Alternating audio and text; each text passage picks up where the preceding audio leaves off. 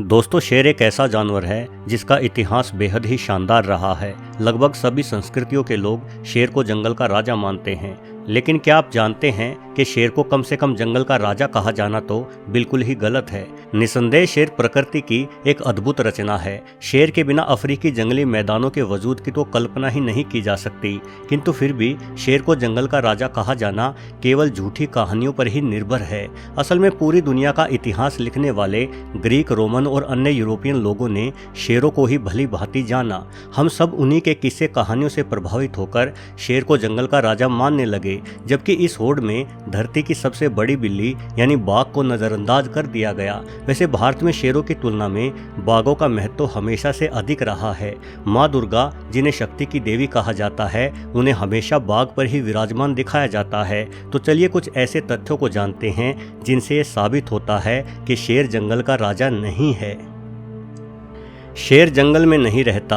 दोस्तों, सबसे पहली बात तो ये है कि शेर जंगलों में रहता ही नहीं। असल में इंसानों ने पूरी दुनिया को दो हिस्सों में बांट दिया है, एक इंसानों के रहने की जगह और दूसरी जंगल। जबकि ऐसा नहीं है। हमारी पृथ्वी पर पहाड़ों से लेकर रेगिस्तान जैसी अलग अलग तरह की भूमि पाई जाती है। आमतौर पर जंगल ऐसी भूमि को कहा जाता है जहाँ प्राकृतिक तौर पर अनेकों तरह के बेहद घने वृक्ष एवं वनस्पतियाँ उगी हुई हो। किंतु शेर इस तरह के जंगलों में नहीं पाए जाते।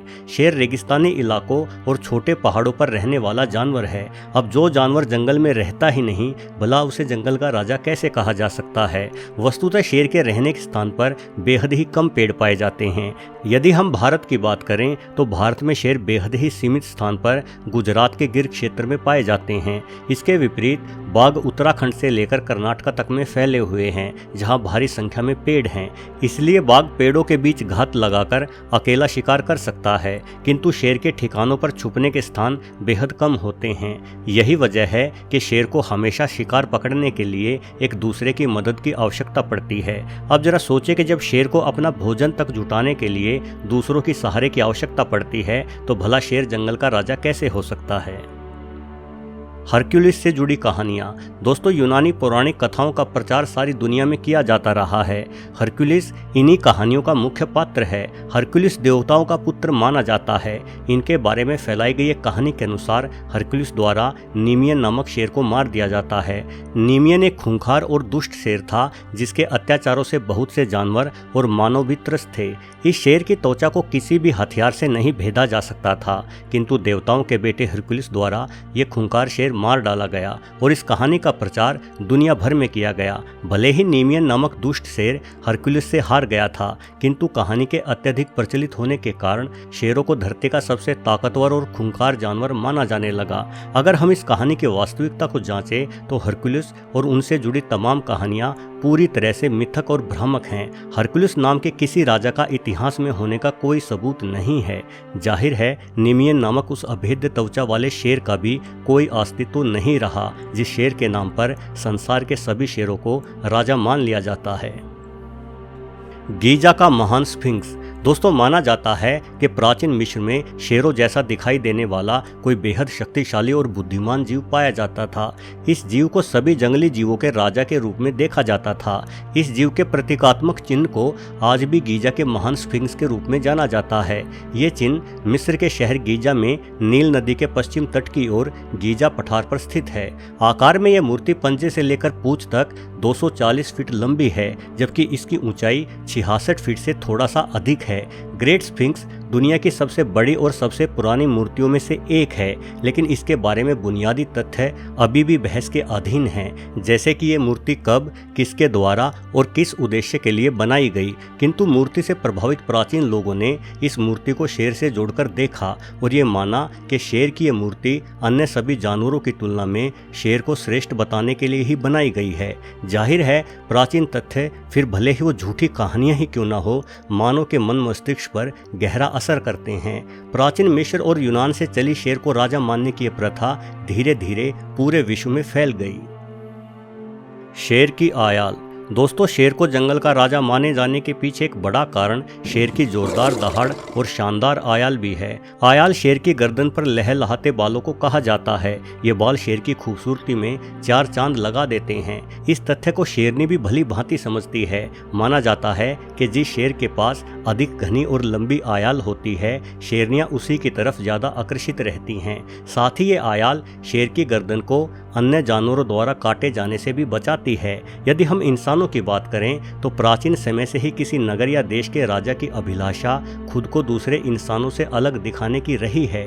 प्राचीन समय में जहां अन्य लोग सर पर पगड़ी धारण किया करते थे, वहीं राजा को अलग दिखाने के लिए राजा के सर पर एक भारी भरकम मुकुट धर दिया जाता था, ताकि राजा कम से कम राजा जैसा तो दिखे। यदि हम गौर से देखें तो शेर की आयाल भी एक राजा के मुकुट के ही समान लगती है। कुछ दशकों पहले तक उत्तरी अफ्रीका में बर्बरिक लायन नामक शेरों की एक अन्य उपप्रजातियां पाई जाती थी। इन शेरों की आयाल बेहद घनी होती थी, जो इनकी गर्दन से लेकर पेट तक फैली हुई होती थी। माना जाता है कि बर्बरिक लायन एक जमाने में यूरोप और अमेरिका में भी भारी संख्या में पाए जाते थे। वहीं अफ्रीका, अमेरिका और यूरोप जैसे किसी भी भूभाग पर बाघ कभी नहीं पाए गए। इसलिए इन इलाकों में रहने वाले लोगों ने शेर को ही धरती का सबसे खतरनाक शिकारी माना और अनेकों झूठी कहानियां शेरों के पक्ष में गढ़ दी। समय की बहती धारा के साथ इन कहानियों का पूरी दुनिया में प्रसार हुआ और शेरों को भारत जैसे उस देश में भी राजा माना जाने लगा, जहां पहले से ही शेरों से भी अधिक शक्तिशाली जानवर यानी बाघ पाया जाता था।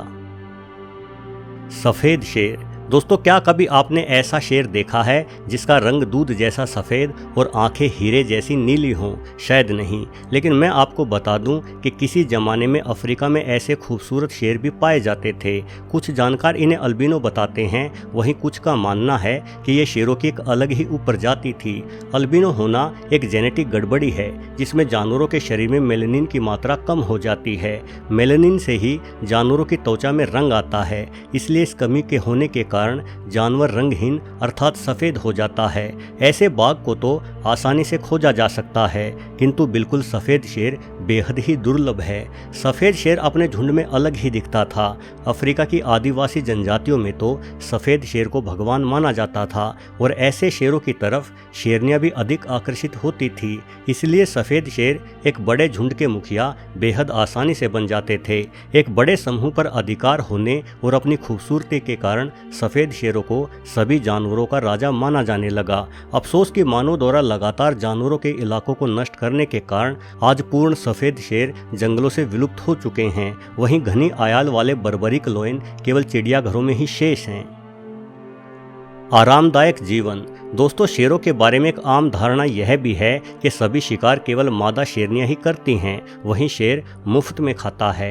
यानी जिस तरह से राजाओं के पास दास दासियां होती है, ठीक उसी भांति शेरों के पास भी शेरनियों के रूप में दासियां होती हैं। अब जिसके पास दासियां हैं वो तो राजा ही हुआ, किंतु शेरों के शिकार न करने की यह धारणा काफ़ी हद तक गलत है। ये सच है कि शिकार के अधिकतर प्रयास शेरनियों द्वारा ही किए जाते हैं, किंतु ज़्यादातर मौक़ों पर शेर भी शेरनियों की मदद करने आ जाते हैं। वहीं यदि लंबे समय से भूखे हों तो शेर शेरनियों से पहले ही शिकार पर झपट पड़ते हैं। साथ ही जंगली मैदानों में कुछ शेर अकेले भी रहते हैं।